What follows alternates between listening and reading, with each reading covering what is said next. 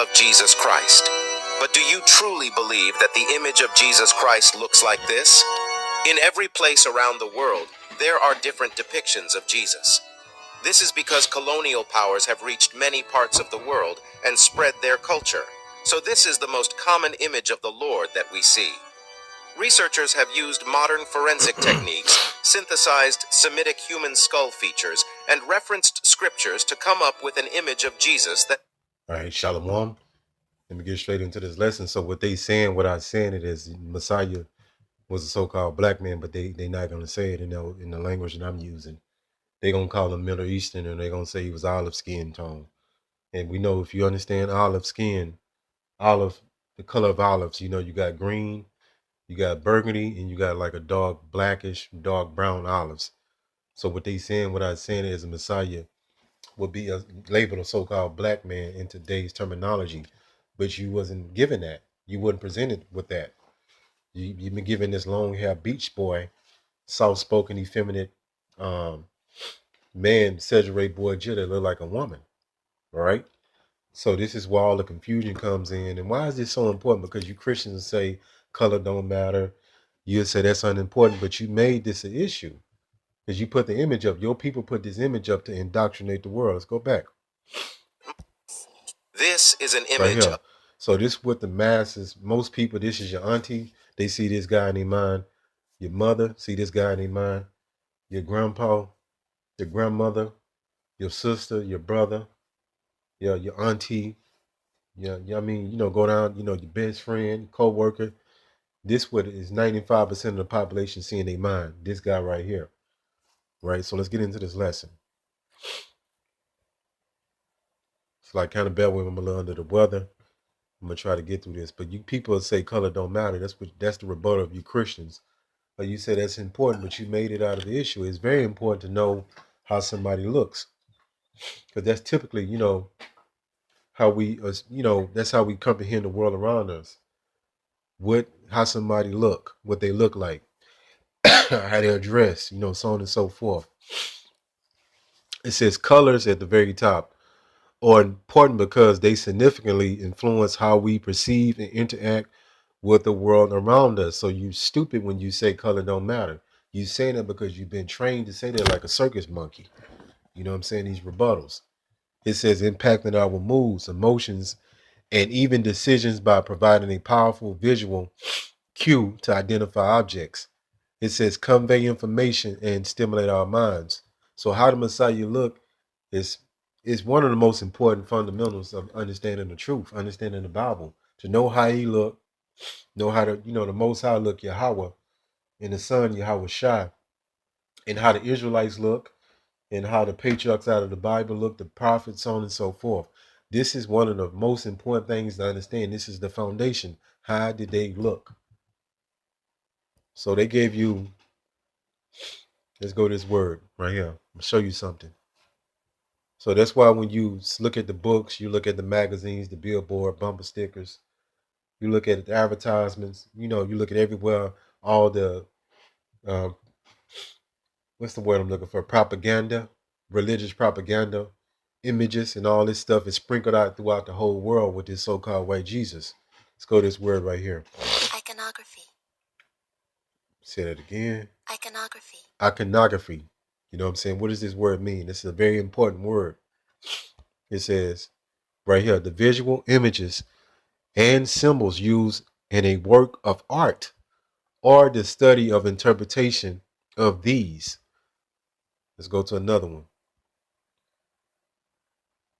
It says at the top, Wikipedia. It says as a branch of art history studies the identification, description, and interpretation of content of images. So they gave you all these whitewashed images that you see today. That's why when you go to Google and you Google the Messiah, a so-called white man come up. When you Google Moses, a so-called white man come up. What is all this doing to your mind? This is brainwashing you, indoctrinating you because you keep seeing these images, right? So let's go back into, this is what they did right here. It says a collection of illustrations or portraits. So you got a collection of these artworks when they, show the Messiah in the likeness of a so-called white man with long hair. They show these paintings of King David as a so-called white man, so on and so forth. Every person in the Bible they whitewash, and that leads to you not fully understanding the truth. Let's go here. I put in why image is so powerful, right? So I want to show you something. It says images are considered powerful because the human brain processes visual information significantly faster than text. It says allowing them to convey complex ideas and emotions quickly. It says invoking strong memories. So this a heavy phrase right here. It says invoke strong memories. So when our people saw that picture of so-called white Jesus when they was little, it carried on to the adulthood. The image never left their mind. So that's why when they think about the Messiah, that image comes up. It's like a mainstay, right? It's implanted in their mind forever until they get it out, until you wake up to the truth. Because that name Jesus is associated with that picture, right? I'm gonna show you something else, and it's something I've been going into in my lessons. Um, right here at the top, it says, "Why are images more powerful than words?" Or the power of images. It says at the top, universal understanding. This is why they did this. One of the main reasons why they did this. It says images can transcend language barriers. Do you hear this? Read this again. It says images can transcend language barriers. So you can be from another nation, speak a different language, but an image is something that y'all can see in the same likeness, right? The image tells a story and is universal because it can go over to different cultures and different languages and so on and so forth. And I've been saying this. Get back into this. It says conveying meaning to people from a diverse cultural backgrounds. That's why that image of so-called white Jesus was plastered all over the world. And through them repetition, right? That's how you indoctrinate somebody. That's how you brainwash them. So when our people say Jesus, that image comes up. Let me show you the image right here. This image is ingrained in our people mind, spirit, soul, whatever you want to say it. This is what they see. 95% of people in the world, that's what they see in their mind. The so-called white man, Cesare Borgia. Let's go here.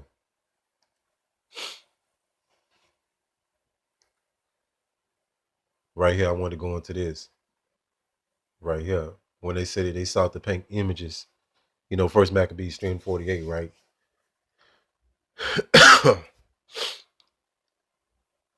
That's right. Let's go right here.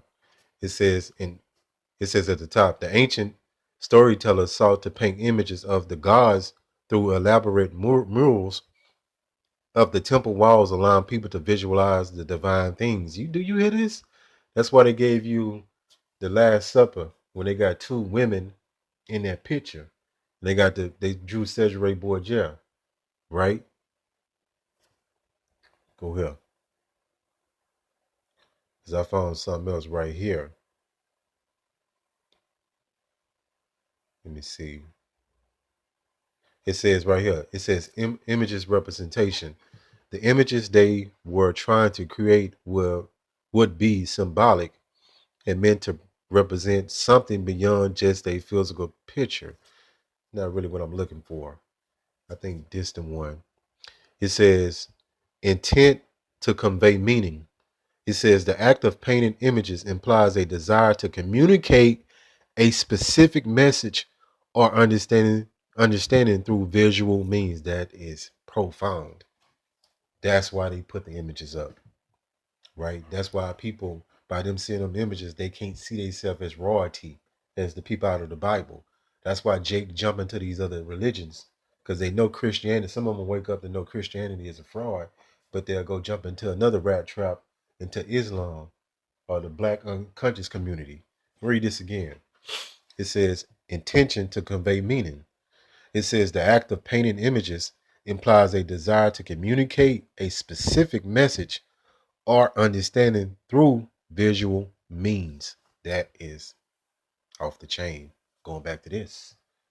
It's to push this false so-called white supremacy, right?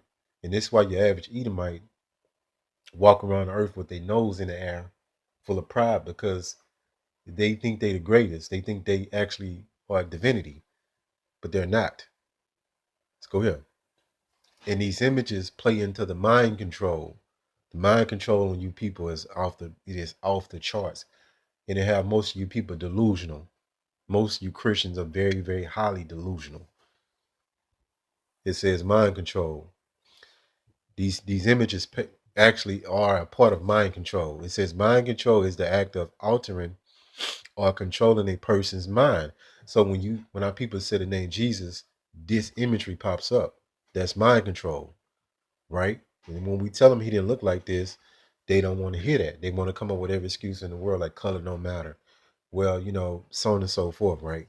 Because they're trying to deflect now.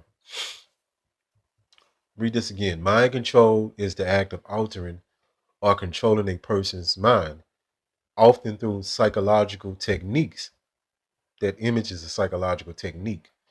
It's also known as brainwashing, indoctrination, or pressurizing. Yeah, so they'll make you feel guilty when you don't line up with the teachings of so-called white Christianity, and they'll call it hate speech. And our people being so feeble in spirit, they fold up like like some clothes, man, out the damn laundry. Let's go here. But look, all this enchantments, all this witchcraft, all this mind manipulation is coming to an end. It's a wrap. That's why all these things are going on. I'm going to a lesson going into 80% of people going paycheck to paycheck. The brother lawyer was going into a lesson, breaking all that down. This place is crashing out. And these people so stupid they can't see it. It said Ezekiel 35:5. It's going back into you Edomites. Let me get the whole thing, right? Because you thought you got away. You thought you can just call everything hate speech. You don't want to deal with this truth. You don't want to deal with the Bible. That's why they deflect. Ezekiel 35:1 says, moreover, the word of Yahweh by Hashem Yahushua came unto me, saying, it says, son of man, set thy face against Mount Seir. That's code word for Edomite, so-called white man, wherever they got a throne at. And their throne would be throughout the earth, you know what I'm saying? Starting at Babylon, and prophesy against it. So we got to tell you what's going to happen before it's happened. You know what I'm saying? 3, and say unto it, thus said the Lord Yahweh Ba'ashim Yahushua, behold on Mount Seir, you so-called white people, Edomites, I am against thee, and I will stretch out my hand against thee, and I will make thee most desolate. So it's going back into this nuclear destruction, and chariots going to be shooting down on this place. That's a strange work to you people. It says Ezekiel 35:4. It says, I will lay thy cities waste. Go to show you, it's talking about Babylon. And thou shalt be desolate, and thou shalt know that I'm your Lord Yahweh Ba'ashim Yahushua. Because you've been able to push this white Jesus through this earth, keep people in bondage, bugged out, sick. Our people don't know if they're coming or going spiritually. They in the worst case scenario. Without this truth, we would be done. 35:5. Because thou hast had a perpetual hatred, but you call us hate, when we saying hate speech. Yeah, it's supposed to be sound bad. It ain't supposed to be sound good upon your ears. That's why you call it hate speech. But when you're not the biggest, show the biggest hate ever, that's hypocritical. It has shed the blood of the children of Israel. You got something called the KKK. Got many bodies on their hands. Alligator bait. So on and so forth. So forth. By the force of the sword in the time of their calamity, in a time when their iniquity had an end. So it was supposed to be an end date, but you overpressed us. You did redlining. You know what I'm saying? You did all these different things, the government programs to keep us oppressed. You control the real estate market. You control the job market. It just goes on and on. It's endless. Hopefully this lesson was edifying. Call Hala Yahweh, Bahashim, Yahweh Shah, Bahashim, Rakak Kodash. Shalom.